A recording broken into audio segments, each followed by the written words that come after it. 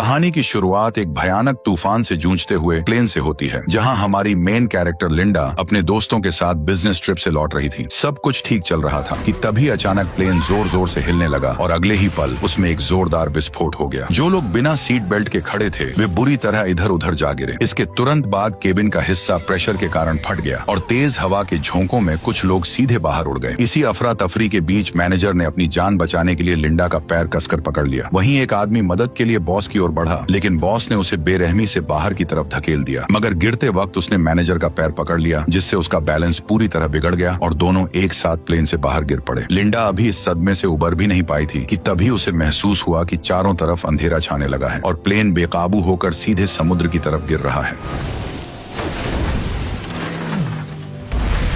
खुशकिस्मती से टक्कर का एंगल ऐसा था कि प्लेन तुरंत फटा नहीं और उसकी जान बच गई, लेकिन तेजी से अंदर घुसते पानी को देखकर लिंडा ने तुरंत सीट बेल्ट खोली और तैरकर बाहर निकल आई। लेकिन बच जाने के बाद भी उसे कोई राहत नहीं मिली, क्योंकि वह अब एक सुनसान और कभी खत्म न होने वाले समुद्र के बीच फंसी हुई थी। तभी दूर उसे एक छोटा सा टापू नजर आया और वह पूरी ताकत लगाकर उसकी तरफ तैरने लगी। सुबह होते ही वह किसी तरह उस टापू तक पहुंच गई और फिलहाल उसकी जान बच गई, लेकिन उसे अंदाजा नहीं था कि असली खतरा तो अब शुरू होने वाला है। थोड़ी दूर चलने के बाद उसकी नजर किनारे पर पड़े एक आदमी पर गई। वह तुरंत उसकी तरफ भागी और पास जाकर देखा तो उसे पता चला कि वो कोई और नहीं बल्कि उसका बॉस ब्रैडली था। वह भी हादसे में बच गया था और बेहोशी की हालत में लहरों के साथ बहकर यहाँ तक आ पहुंचा था। हालांकि गिरने के दौरान उसकी टांग टूट गई थी, लेकिन बाकी लोगों में से सिर्फ वही बचा था। पर फिर भी लिंडा उसे देखकर खुश नहीं थी, क्योंकि कंपनी में वह सबसे ज्यादा उसी से नफरत करती थी। दरअसल वह स्ट्रेटेजी डिपार्टमेंट की सबसे काबिल कर्मचारी थी और अपनी मेहनत से बॉस का भरोसा जीतकर मैनेजर बनने वाली थी। लेकिन ज्वाइनिंग से ठीक पहले बॉस की मौत हो गई और उसका बेटा ब्रैडली कंपनी का मालिक बन बैठा। बॉस बनते ही उसने लिंडा का प्रमोशन छीन लिया और वह पोस्ट अपने चापलूस दोस्त को दे दी। इतना ही नहीं, वह अपने दोस्तों के साथ मिलकर अक्सर लिंडा को नीचा दिखाने लगा। यह सोचकर लिंडा के मन में आया कि वह उसे वहीं छोड़ दे, लेकिन उसने सोचा अगर वो उसकी मदद करेगी तो वह फिर से मैनेजर बन सकती है। इसलिए उसने तुरंत एक नुकीला पत्थर उठाया और उससे केले के पत्ते काटने शुरू कर दिए। फिर पेड़ का सहारा लेकर एक फ्रेम बनाया और पत्तों और टहनियों को बेल से बांधकर एक छोटी सी झोपड़ी तैयार कर दी। धूप से बचने का इंतजाम करने के बाद उसने पानी का जुगाड़ करने की सोची। उसने रेत में गड्ढा खोदा और उसमें नारियल के छिलके रखकर ऊपर पत्ते लगा दिए। कुछ ही देर में बारिश शुरू हो गई और उसने आसानी से पीने लायक पानी जमा कर लिया। बारिश थमते ही मौसम साफ हो गया और काफी देर बाद ब्रैडली को होश भी आ गया। लिंडा तुरंत उसके पास पहुंची और उसे पानी पिलाने लगी। जब ब्रैडली को पता चला कि लिंडा ने उसकी जान बचाई है, तब उसने झिझकते हुए उसे थैंक यू बोल दिया। इसके बाद लिंडा ने उसके सामने अपनी काबिलियत दिखाते हुए लकड़ी रगड़कर आग जलाई और जल्द ही उसने एक मछली पकड़कर उसे पका भी लिया। लेकिन ऐशो आराम की जिंदगी जीने वाले ब्रैडली के लिए ये मछली किसी कचरे से कम नहीं थी। फिर भी पेट भरने के लिए उसे बिना नमक मसाले वाली वो मछली मजबूरी में निगलनी पड़ी। लेकिन लिंडा को इस खाने से कोई दिक्कत नहीं थी, बल्कि वह तो इस जगह पर फंसने के बाद भी बेहद खुश थी, क्योंकि उसे यहाँ कोई भी नीचा दिखाने वाला नहीं था और वो खुशी खुशी यहाँ कई दिन बिता सकती थी। धीरे धीरे कुछ दिन गुजर गए और यहाँ माहौल का असर दोनों पर साफ दिखने लगा। एक तरफ लिंडा जो छोटी सी चीज पाकर भी खुश हो जा रही थी, वहीं ब्रैडली किसी तरह यहाँ से निकलना चाहता था। उसने पूछा कि उसने अब तक किनारे पर कोई SOS सिग्नल क्यों नहीं बनाया या आग को बड़ा क्यों नहीं किया, ताकि किसी की इस टापू पर नजर पड़ सके। उसके मुताबिक लिंडा को पहले यही करना चाहिए था, लेकिन उसने ऐसा कुछ भी नहीं किया। इसी बात पर वह उल्टा गुस्से में चिल्लाते हुए उसे ताने मारने लगा कि वह यहाँ बेवजह उसकी देखभाल का बस एक नाटक कर रही है। खुद टूटी टांग के कारण लाचार था, फिर भी लिंडा की इतने दिनों की मदद के बाद भी वो उसे अपना हक समझ रहा था। उसकी बातें सुनकर लिंडा को समझ आया कि वह केवल चापलूसी से उसका दिल नहीं जीत सकती है। उसे उसकी असली अहमियत तभी समझ आएगी जब उसे कोई तकलीफ होगी। यही सोचकर लिंडा बिना कुछ कहे वहाँ से उठी और उसे अकेला छोड़कर चली गई। शुरुआत में ब्रैडली उसकी इस हरकत पर भी ताने मारता रहा, लेकिन कुछ ही देर बाद उसे एहसास होने लगा कि उसने कितनी बड़ी गलती कर दी है। फिर भी वह घमंडी बना रहा और लिंडा के खुद व खुद लौटने का इंतजार करने लगा। लेकिन ऐसा ही करते करते पूरा एक दिन बीत गया और आखिरकार उसका घमंड टूटने लगा। लेकिन रात तक भी लिंडा वापस नहीं आई। गहरी रात में तेज तूफान चलने लगा और कुछ ही देर में लिंडा की बनाई झोपड़ी भी उड़ गई। अगले ही दिन तपती धूप ने हालत और खराब कर दी। ज्यादा गर्मी की वजह से ब्रैडली डिहाइड्रेशन के चलते बेहोश हो गया। जब लिंडा उसे काफी तड़पा चुकी थी, तब वह पानी लेकर वापस आ गई। उसे देखते ही ब्रैडली ने बिना कुछ सोचे तेजी से पानी पीना शुरू कर दिया। अब उसे समझ आ गया था कि वह पूरी तरह लिंडा पर ही निर्भर है और वह उस पर अपना हक नहीं चला सकता। लेकिन तभी उसकी नजर उस भाले पर पड़ी जिसका इस्तेमाल लिंडा खतरनाक जंगली सुअर के शिकार के लिए करने वाली थी। उसे पता था कि वह सुअर बेहद जानलेवा है, इसलिए उसने लिंडा को जंगल में जाने से मना किया, क्योंकि अगर लिंडा को कुछ हो गया तो उसकी खुद की जान भी खतरे में पड़ जाएगी। लेकिन लिंडा ने उसकी एक भी बात नहीं मानी और वह सीधे जंगल के अंदर चली गई। जब वह चुपके से शिकार को ढूंढ रही थी, तभी अचानक उस जंगली सुअर ने लिंडा को टक्कर मारकर हवा में उछाल दिया। अच्छी बात यह रही कि गिरा हुआ पेड़ अचानक सुअर के सामने आ गया, जिससे वह सीधे हमला नहीं कर सका और लिंडा को तुरंत उठकर भागने का मौका मिल गया। लेकिन सुअर जैसे ही उसकी गंध पकड़कर पीछे दौड़ा, तब उसे रास्ते में सिर्फ फटे कपड़े ही मिले। सुअर कुछ समझ पाता उससे पहले ही लिंडा ने मौका देखकर भाला उसके शरीर में गहराई तक घुसा दिया। दर्द से पागल होकर सुअर ने भाले को मोड़कर तोड़ दिया और गुस्से में बेकाबू होकर दोबारा उस पर हमला करने दौड़ पड़ा। इसी खतरे के बीच लिंडा ने तुरंत लकड़ी के डंडे को सामने कर दिया।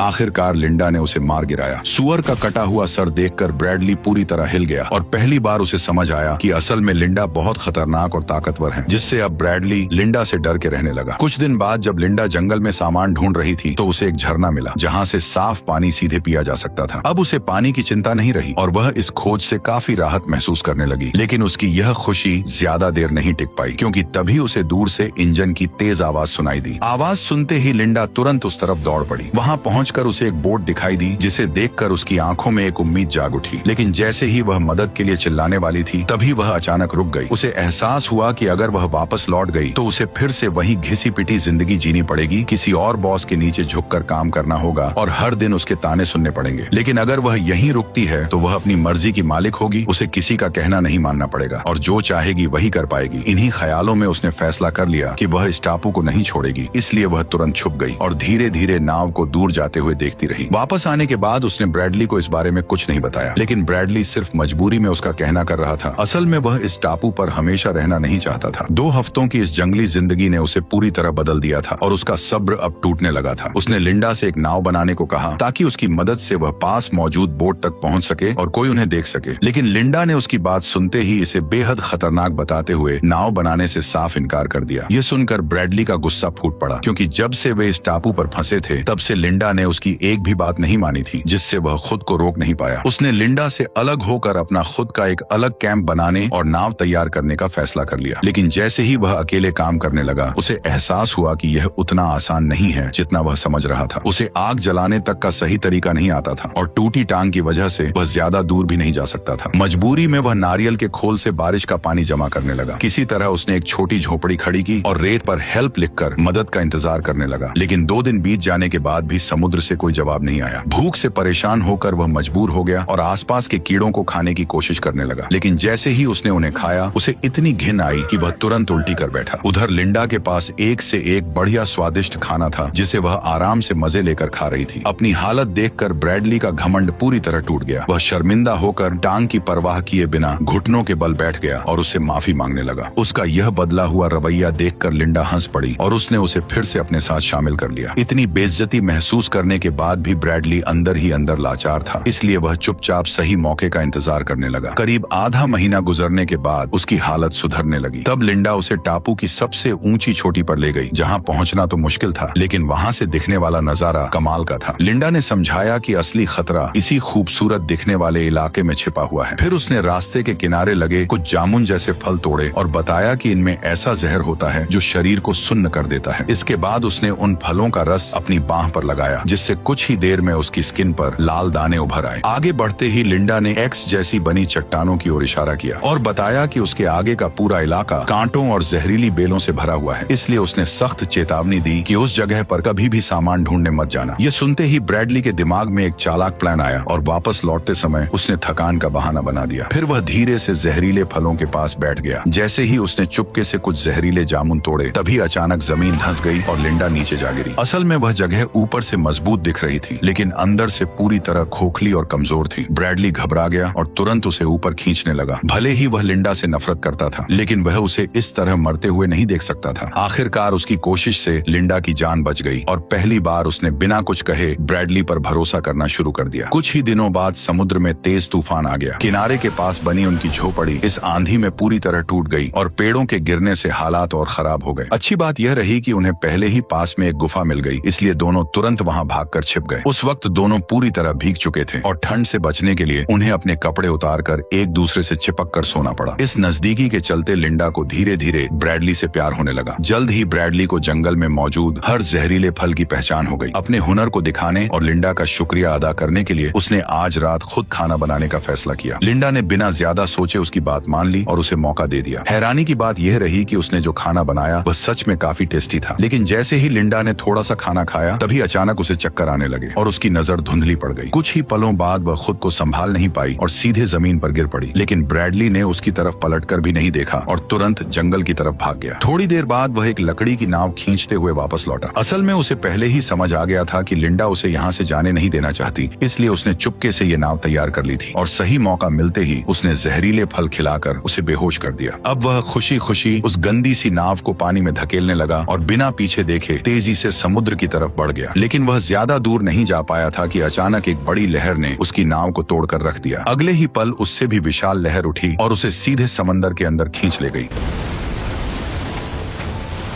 खुशकिस्मती से वह ज्यादा दूर नहीं गया था, इसलिए होश में आते ही लिंडा ने तुरंत उसे किनारे खींचकर बचा लिया। होश में आते ही ब्रैडली घबराकर उससे माफी मांगने लगा, लेकिन लिंडा ने कुछ नहीं कहा और चुपचाप उसे पका हुआ केकड़ा थमा दिया। ब्रैडली ने बिना सोचे समझे उसे खा लिया, लेकिन कुछ ही देर में उसका मुंह अजीब तरीके से सुन्न पड़ गया। देखते ही देखते यह असर उसके पूरे शरीर में फैलने लगा और वह समझ नहीं पाया कि आखिर हो क्या रहा है। तभी लिंडा ने सच्चाई बताई कि यह ब्लू रिंग ऑक्टोपस का जहर है जो शरीर को सेकंडों में पैरालाइज कर देता है और इंसान चाहकर भी हिल नहीं पाता। असल में यह सब उसने ब्रैडली को सबक सिखाने के लिए किया था। इसके बाद उसने एक चाकू निकाला, उसे थोड़ा गर्म किया और तुरंत ब्रैडली की पैंट उतार दी। धीरे धीरे वह उसके पास आई और इशारों में उसे समझाने लगी कि वह अब क्या करने वाली है। यह देखकर ब्रैडली बुरी तरह घबरा गया। तभी अचानक लिंडा ने चाकू चलाया और अगले ही पल खून की पिचकारी चल गई, जिससे ब्रैडली का गला लाल हो गया। ये देखकर लिंडा मुस्कुराने लगी। फिर उसने वो चीज दिखाई जिसे उसने काटा था। दरअसल वह कोई इंसानी अंग नहीं बल्कि एक चूहा था। ये सब उसने सिर्फ ब्रैडली को डराने के लिए किया था, ताकि वह दोबारा ऐसी हरकत करने की हिम्मत न करे। उसकी चालाकी और हाथ में पकड़े चाकू ने ब्रैडली का सारा घमंड तोड़ दिया और वह बिना सावल जवाब किया उसका कहना मानने लगा। लेकिन यह कंट्रोल लिंडा ज्यादा देर तक एंजॉय नहीं कर पाई। एक दिन जब वह सामान ढूंढ रही थी तभी फिर से दूर से इंजन की आवाज सुनाई दी। इस बार सामने वाला भी उसे देख चुका था। जैसे जैसे नाव पास आई लिंडा ने देखा कि वह कोई और नहीं बल्कि ब्रैडली की मंगेतर जेनी थी। दरअसल रेस्क्यू टीम भले ही हार मान चुकी थी, लेकिन जेनी ने उम्मीद नहीं छोड़ी थी और लगातार उसी इलाके में ब्रैडली को ढूंढ रही थी और अब जाकर उसकी तलाश खत्म हो गई। लिंडा जबरन जेनी को देखकर मुस्कुराने लगी, जैसे वह उसे बेहद देखकर खुश हो। फिर मजबूरी में उसने जेनी को बता दिया कि ब्रैडली जिंदा है। लेकिन लिंडा अभी भी इस टापू को छोड़ना नहीं चाहती थी, जबकि जेनी को अब उन दोनों के जिंदा होने का सच पता चल चुका था। हालांकि यह बात सिर्फ जेनी और उसके साथ आए गाइड को ही पता थी। इसी वजह से लिंडा ने मन ही मन एक खतरनाक फैसला कर लिया। उसने झूठ बोला कि उसे एक छोटा रास्ता पता है और दोनों को उसी दिशा में ले जाने लगी। थोड़ी देर बाद वो उन्हें एक खतरनाक चट्टान के किनारे पर ले आई जहां वह खुद मरते मरते बची थी। फिर उसने जूते के फीते बांधने का बहाना बनाया और दोनों को आगे बढ़ने के लिए कह दिया। जैसे ही जेनी ने आगे कदम रखा जमीन अचानक धंस गई और वह सीधे नीचे गिरने लगी। दरअसल यह सब लिंडा का दोनों को मारने का प्लान था, लेकिन किस्मत से सिर्फ जेनी ही फंसी थी और गाइड अभी भी जिंदा था। उसी वक्त लिंडा अंदर ही अंदर सोच में डूब गई कि वह क्या करे और क्या न करे। कुछ समय बाद वह अकेली ही ब्रैडली के पास लौट आई और बाकी दोनों के साथ क्या हुआ ये जल्द ही पता चलने वाला था। चट्टान से लौटने के बाद लिंडा अंदर ही अंदर टूटती जा रही थी। उसे खुद पर यकीन नहीं हो रहा था कि उसने ये क्या कर दिया है। तभी ब्रैडली वहां आया और उसे जंगल चलकर खाना लाने को कहा, लेकिन लिंडा ने तबीयत का बहाना बनाकर साफ मना कर दिया। मौका मिलते ही ब्रैडली ने चाकू उठाया और बिना कुछ कहे जंगल की तरफ निकल गया। जंगल के अंदर पहुंचते ही उसने शिकार करने का फैसला किया और कुछ देर पीछा करने के बाद उसे एक छोटा जंगली सूअर नजर आया। वह धीरे धीरे उसके करीब पहुंचा, लेकिन अगले ही पल अचानक उसकी नजर जमीन पर गई। दरअसल जहां सूअर मिट्टी खोद रहा था वहीं से इंसान का एक हाथ बाहर निकला हुआ था। करीब जाकर देखते ही ब्रैडली के होश उड़ गए, क्योंकि वह हाथ उसकी अपनी मंगेतर का था। उसके हाथ में पहनी अंगूठी वही थी जो उसने सगाई के वक्त उसे पहनाई थी। ये सच सामने आते ही ब्रैडली का गुस्सा बेकाबू हो गया और वह तेजी से लिंडा की तरफ भागा। जैसे ही लिंडा ने उसे अपनी ओर आते देखा वह एक पल के लिए घबरा गई। ब्रैडली ने हाथ में अंगूठी दिखाते हुए पूछा कि तुमने ऐसा क्यों किया? अंगूठी देखते ही लिंडा सब समझ गई। उसने खुद को बचाने के लिए कहा कि यह सब एक हादसा था, लेकिन ब्रैडली को उसकी बात पर बिल्कुल भी यकीन नहीं हुआ। हालात बिगड़ते देख लिंडा ने धीरे से अपनी कमर की तरफ हाथ बढ़ाया, लेकिन ब्रैडली पहले ही वो चाकू चुरा चुका था। ये देखकर लिंडा घबरा गई और तुरंत जंगल की ओर भागने लगी। ब्रैडली भी उसके पीछे दौड़ पड़ा। जब लिंडा के पास बचने का कोई रास्ता नहीं बचा, तब उसने तुरंत एक नया प्लान बनाया। उसी वक्त ब्रैडली ने पेड़ के पीछे उसकी परछाई देख ली, लेकिन जैसे ही वो वहां पहुंचा, उसे सिर्फ उसके छोड़े हुए जूते ही मिले, जिसके फीते गायब थे, जिससे उसे कुछ गड़बड़ महसूस हुई। अचानक लिंडा पीछे से उस पर टूट पड़ी और फीते से उसका गला कसकर दबा दिया, जिससे ब्रैडली का सांस लेना मुश्किल हो गया। ब्रैडली ने पूरी ताकत से खुद को छुड़ाने की कोशिश की, लेकिन लिंडा ने पकड़ ढीली नहीं की। इस धक्का मुक्की में ब्रैडली के हाथ से चाकू छूटकर नीचे गिर गया। तभी आखिरी जोर लगाकर उसने लिंडा के बाल खींचे और उसे पलटकर जमीन पर गिरा दिया। इसके बाद वह उसके ऊपर चढ़ गया और उसका चेहरा कीचड़ में दबाकर उसे खत्म करने की कोशिश करने लगा। तभी मौका मिलते ही लिंडा ने चाकू उठा लिया।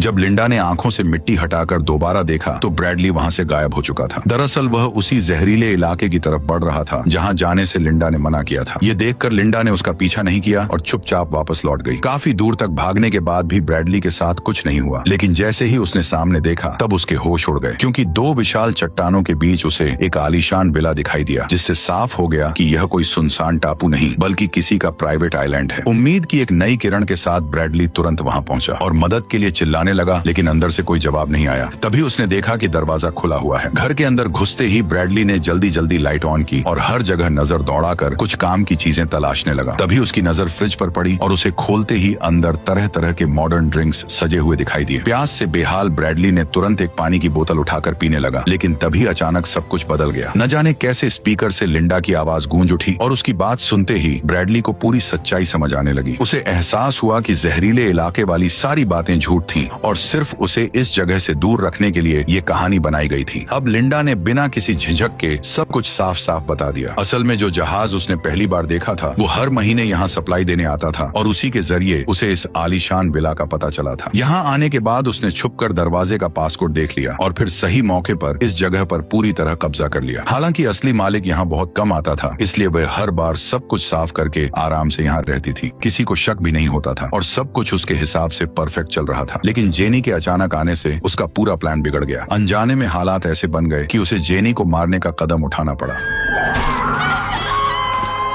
उसकी ये सच्चाई सुनकर ब्रैडली के रोंगटे खड़े हो गए। अंधेरे में इधर उधर टटोलने पर भी उसे कंट्रोल रूम नहीं मिला। तभी अचानक हालात पलट गए, क्योंकि लिंडा खुद उसे ढूंढते हुए वहां पहुंच गई। दरअसल उसने पहले ही इस विला के अंदर से एक शिकार वाली बंदूक हासिल कर ली थी। ब्रैडली ने जैसे ही उसे देखा, तो वो तुरंत घुटनों पर गिर गया और अपनी जान की भीख मांगने लगा। उसने कहा कि वह अब भागेगा नहीं, बल्कि यहीं रहकर उसी के साथ जिंदगी बिताएगा। इतना ही नहीं, उसने ये भी कहा कि इस दौरान वह सच में उससे प्यार करने लगा है। लिंडा को यकीन दिलाने के लिए वह दोनों के बीच बिताए खूबसूरत पलों की बातें करने लगा। उसकी बातें सुनकर लिंडा को कुछ गड़बड़ लगी। तभी उसकी नजर पीछे रखे बैल के सिर पर गई, जहां से एक सींग गायब था, और फिर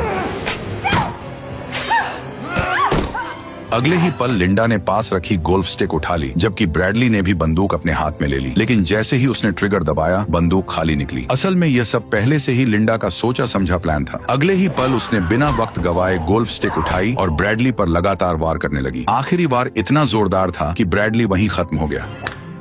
यहीं पर कहानी भी खत्म हो गई। लिंडा ने पूरे विला को साफ करके खुद को एकमात्र जिंदा बची इंसान के रूप में पेश किया। फिर उसने इस पूरे हादसे को एक सर्वाइवल मिरेकल की तरह दिखाकर खुद को मशहूर बना लिया और धीरे धीरे वह बहुत अमीर बन गई।